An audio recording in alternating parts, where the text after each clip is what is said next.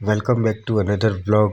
આપણે આજે એક ફ્રેન્ડના મેરેજમાં જવા માટે બેગ પેક કરીને નીકળી ચૂક્યા છે. આપણે બેગ પેક કરીને જોઈ શકો છો કે તમે મેં નહેરવાળો રસ્તો જ્યાં ખેડાની સીમેથી આ રોડ પસાર થાય છે ત્યાં ઉબડ-ખાબડવાળા રસ્તા પરથી આપણે જવાનું છે કરજણ. ત્યાંનો હું માહોલ અને બધું તમને આજે હું દ્રશ્યો બતાવીશ. ત્યારબાદ મેં બ્રિજ નીચેથી ક્રોસ કરી રહ્યા છે અને ત્યાંથી આપણે ગાડી મૂકવાની છે કરજણ રેલવે સ્ટેશન પર. કરજણ રેલવે સ્ટેશન પર બાઇક મૂકીને આપણે જોઈ શકો છો કે ભાઈ 3 વાગે પહોંચી ચૂક્યા છે.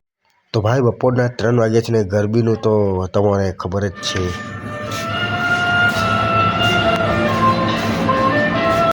આપણે લિફ્ટનો ઉપયોગ કરીને બીજી બાઇક લઈને આપણે ફ્રેન્ડ સાથે નીકળી ગયા છે અને ભાઈ બપોરની ગરમીનું તો શું વાત કરું, ખૂબ જ ગરમી લાગે છે.